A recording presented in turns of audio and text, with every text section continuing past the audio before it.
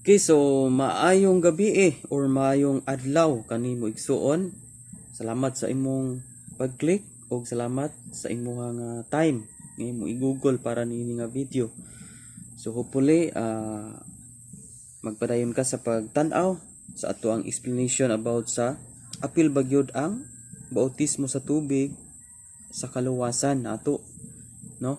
Mao man ni ang pangutana kay duha man karon ang gatudlo ini, duha ka side ang gatudlo nini nga adunay denomination nga gatudlo nga ang kaluwasan apil ni ana ang bautismo, pagtuo og bautismo equal salvation. Duna poy denomination nga nag-ingon nga faith alone can save us, no? Without baptism, faith maka ang pagtuo nato maura gyud ang makaluwas. So asa man gyud ini ug unsa man gyud sakto nga gisulti sa Bible niini. Okay? Mostly sa mga kasimbahanan karon ilang gi-appeal ang bautismo kung magpa-affiliate ka, magpa-member ka usa ka church, no? Ilang nanglan gyud ka magpa-baptize una, no? Para nga aduna kay kaluwasan, no? Maapil kas kaluwasan, no? Faith plus baptism equals salvation. O mao ni ang mga teksto nga gibasihan sa nagtudlo niining pagtuo plus bautismo equals kaluwasan. Kini ilaning ginakutlo sa Marcos chapter 16 verse 16 ato ning explain. Marcos 16 verse 16. Matod pa nini, ang mutuo og magpabunyag maluwas, apan ang dili mutuo silutan. Okay, so muni ang gi-explain nila, gituuhan nga mao gyud ni ang insakto nga ang pagtuo og magpabunyag maluwas. So apil gyud daw ang bautismo sa kaluwasan kay aning bersikulo gi klaro man gyud niya nga ang pagtuo magpabunyag maluwas, apan ang dili mutuo silutan. Okay, so kung imong tan-aw ni nga verse dinhi sa babaw giingon diri nga ang mutuo og magpabunyag maluwas, apan wala mohunong ang maong wala siya mupadayon kun dili naay kama. Kung imong tan-aw ng kama naay apan, diha sa apan imong ipadayon og basa niyon siya apan ang dili mutuo silutan. Okay, so atong explain siya, giwala sa ubos ang kaning magpabunyag. Kung apil ang bautismo sa kaluwasan, dapat moingon unta siya ang mutuo og magpabunyag maluwas, unya apilan puta sa ubos og apan ang dili mutuo og dili magpabunyag silutan. Pero imong basahon diri sa ubos nga ang silutan mo ni ang dili mutuo. Ang dili mutuo silutan. Kaya importante gyud ang pagtuo. Kang ang bautismo igsuon, kung atong basihan nga apil siya sa kaluwasan, sumagbanggaanay ang bersikulo sa Efeso chapter 2 verse 8. Kung imo ning murag paawayon ang bersikulo, Mark 16 verse 16 to Efeso chapter 2 verse 8. Naunsa may giingon sa Efeso chapter 2 verse 8? Nagaingon didto nga pinaagis pagtuo naluwas kamo. O wala giingon didto nga pinaagis pagtuo og pagbabautismo naluwas kamo. Kun dili ingon ra didto pinaagis pagtuo naluwas kamo. Okay? Unya John 3:16 nagaingon po didto tungod kay gihugugma pag-ayo sa amahan ang kalibutan ug tungod niya na gipadala ni ang bugtong anak bigatin san aron kinsa katong mutuo dili na malaglag kun dili makabato ninuog kinabuhing walay katapusan. So kadtong mutuo adunay kaluwasan, adunay kinabuhing walay katapusan. Klaro ba mga igsuon? John 3:16 ug Efeso chapter 2 verse 8 klaro kayo nga only by faith alone pagtuo ra gyud ang makasave sa tao. Dili kay pagtuo pinaagi dili kay pagtuo plus bautismo equals salvation, no? So ngano man ning Marcos 16 verse 16, ngano man naamay pagtuo og magpabunyag mamaluwas. Dili ka diha mo focus sa maong verse, kun dili ipadayon nimo basa kay sagad diha lang ta mo focus sa pinakaibabaw, pero kung imong tanawon sa ubos giwala ang pagpabunyag. Yun sa diri, ang mutuo mo pabunyag maluwas, apan ang dili mutuo silutan, nawala naman lagi ang pagpabunyag kadto mang dili mutuo mooy silutan. Okay, ang prueba nato nga ang pagpabunyag walay apil sa kaluwasan is mao ni kabantay atong gilansang kauban ni Jesus Christ, di ba? Jesus Christ is the center sa diyang gilansang siya na isig kakilid niya na ay gilansang pod nga kriminal og tulisan, no? So di ba ang usa ka gilansang ni adto miingon kan Jesus nga Ginoo, hinumdumi ako sa diyang maghari kana. Pero unsa may gitubang Jesus Christ? Karon dayon ikauban tikas paraiso. Kung imong tan-awon to, na ay pagtuo tong usa ka kriminal kay Jesus Christ. That's why giingnan sa Jesus Christ karon dayon ikauban tikas paraiso.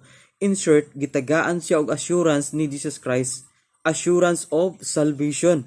Nganuman, doon na siya pagtuo bisan nagungaw na siya sa kamatayon, doon na siya faith nga niguho niya o makaadto siya sa paraiso after siya mamatay ato. Ang pangutana, nagpabunyag pa ba siya para maluwas? Kulang pa ba ang pagtuo? Kinahanglan pa ba siyang bunyagan? Kinahanglan pa ba siyang manaog sa krus? Kinahanglan pa ba siya after siya sa dili pa siya mabugto sa iyang kinabuhi? Pwede ba siya moingon nga bunyagi sa kuninyo kay kulang pa ning pagtuo? Kulang pa ning pagtuo nako kay wala pa koy bunyag, no? Dili ko maluwas ini kung wa pa koy bunyag. Ni ana ba ang usa ka tulisan? Una nga ang lig-o nato nga prueba igsuon, pinagis pagtuo naluwas ang tao. Dili kay pinagis pagtuo o pagpabunyag maluwas ang tao, no? Gani gibasihan sa uban nga kana manggong James chapter 2 nga nagaingon dito nga patay ang pagtuo kung walay mayong binuhatan. Nya matud pa nila ang pagpabunyag is appeal siya sa good works. Yes, ang bunyag appeal siya sa good works. So matud pa nila faith without works is dead. Ang pagtuo nga walay mayong buhat is patay. So kung nagtuo kuno ka dili ka magpabunyag, so patay, wala siya kaluwasan. No, dili na maoy explanation. Ang content sa or ang audience sa James is alang to sa mga believers na, sa mga Kristohanon. Ang audience ni James o Santiago gi-address to siya sa mga Kristohanon na. So syempre kung Kristohanon ka na kay salvation, ana kay kinabuhing walay katapusan, pinagis yung pagtuo, nakadawat na ka sa kaluwasan, no? Una nimong nadawat sa diyang nituo ka ni Kristo, kaluwasan na ang kaluwasan. Acts chapter 2 verse 41. Matag adlaw gidungagan sa Ginoo og mga tawo nga nangaluwas. Okay? Kung imong tanaw na after sila mituo sa mensahe sa mga apostoles, gidungagan sa Ginoo og mga tawo nga nangaluwas na, no?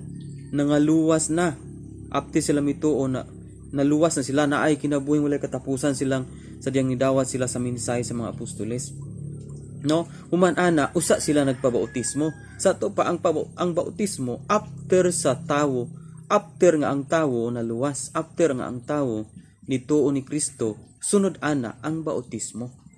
Apan ang bautismo wala siya'y appeal sa kaluwasan. Humana ang tao naluwas, humana ang tao giluwas ni Kristo, and then musunod niya na ang bautismo. Appeal na siya sa good works. Apan kung dili gyud mabautismohan ang tawo, apan nituo siya ni Kristo, then naagyapon sa salvation, naagyapon sa kaluwasan katong gilansang sa krus. Muna nga atong gi-explain nga faith alone can save us. Dili pinagi sa pagtuo plus pagpabunyag maluwas ang tao. Usa ka na kada kung pag kasumpaki sa bersikulo, marag ipaaway nato ang bersikulo sa Biblia kung atong inanaw pagtudlo nga pagtuo o pagpabunyag na ikaluwasan. Kung pagtuo ra nya walay bunyag, kulang kuno, walay salvation madahan. So imong gipaaway ang Ephesians chapter 2 verse 8 nga pinagis pagtuo na luwas kamo. No, dili kini inyong buhat kundi buhat kini sa Dios. So mo lang ni atong explanation. Faith alone can save us. Ang pagtuo nato mao ni ang makaluwas. Gihatagan kita og faith nga makaluwas kanato. No? After ana, kung nituo po ni Kristo, nya dili man ta pareho atong gilansang ni kauban ni Kristo, wala man ta nag-ungaw sa kamatayon. So then after ka nituo, after ka na kinabuhing walay katapusan, gitagaan na ka kinabuhing walay katapusan, so sunod ana is magpabaptize po ka. No? Isiparate nato ang baptism. Isiparate, dili kay atong ipunon siya pagtuo o bautismo imong ipunon. Separate na siya. Dapat maguna ni ana ang pagtuo. Faith ang maguna. Faith, salvation. Then baptism. Bautismo ang sunod. Okay, so nasabta naman nato o hopefully do na kay nakatunan ini nga video. Bago pa kanini nga channel, just click subscribe and notification bell para nga next video ma-update ka sa mga sunod nga mga video. Just visit all the videos sa atong playlist na diha ang mga pangutana nini nga channel, sagad mga nag-explain ta sa mga pangutana nga sagad karon gipangutana sa mga Kristohanan. Okay, just feel free sa pag-visit o ingon man, just comment inside sa comment box, the comment section. Pwede ka maka-comment diha. Any comment, akong gi-accept ang tanang comment. Even bad comments or good comments, it's okay. Tungod kay kini nga channel, wala man buta iyon nga nag kuanta sa atong kaugalingon nga kita nagyoy maayo. Na walay maayo igsuon. Only Jesus Christ ang ato lang yung Dios ang maalamon. Kita sa masayo pra punta, no, dili ta perfect. Una nga dili punta mag paasip nga kabalo na gyud tanan nang sa ako nga side. Wala ko nag-ingon nga abi kay nag-explain ko sa mga pangutana. Ako nagyud ang tinuod kong isakto. But only the word of God ang akong gi-explain, only kaalam sa Ginoo, and samtang namati ita ay hopefully nga aduna tay kaalam guide sa Holy Spirit while namati ita ni nga video. Kana lang, God bless. Next video kita na punta.